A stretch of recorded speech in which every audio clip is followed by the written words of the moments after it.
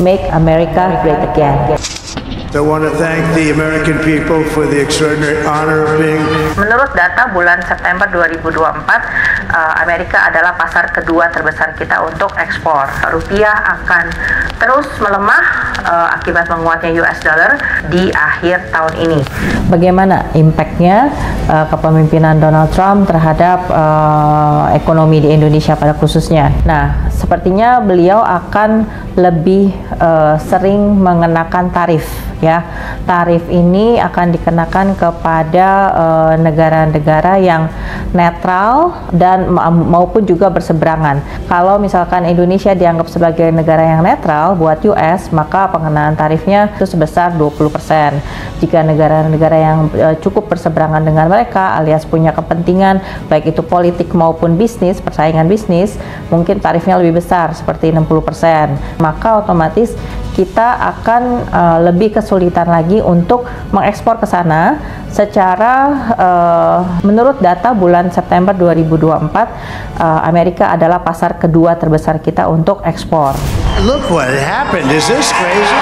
Secara tidak langsung, tarif impor kepada China ini akan semakin memberatkan China juga untuk mendapatkan pertumbuhan ekonomi dari ekspor impor mereka. China juga memegang peranan penting sebagai pangsa pasar produk Indonesia.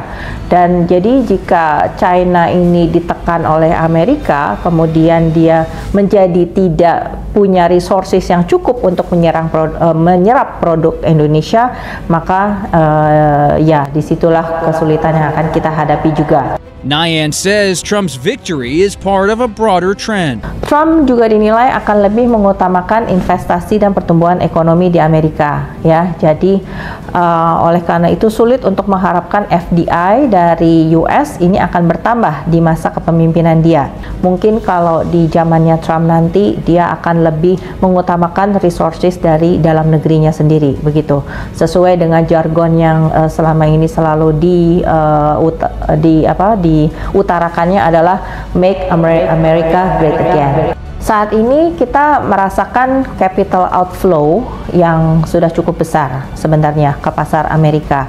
Kalau di equity markets Indonesia sendiri, kita mendata foreign net sell year to date asing sudah jual bersih sebesar 7 triliun rupiah. Dan akibat dari capital outflow ini, rupiah juga jadi terkapar di akhir tahun ini.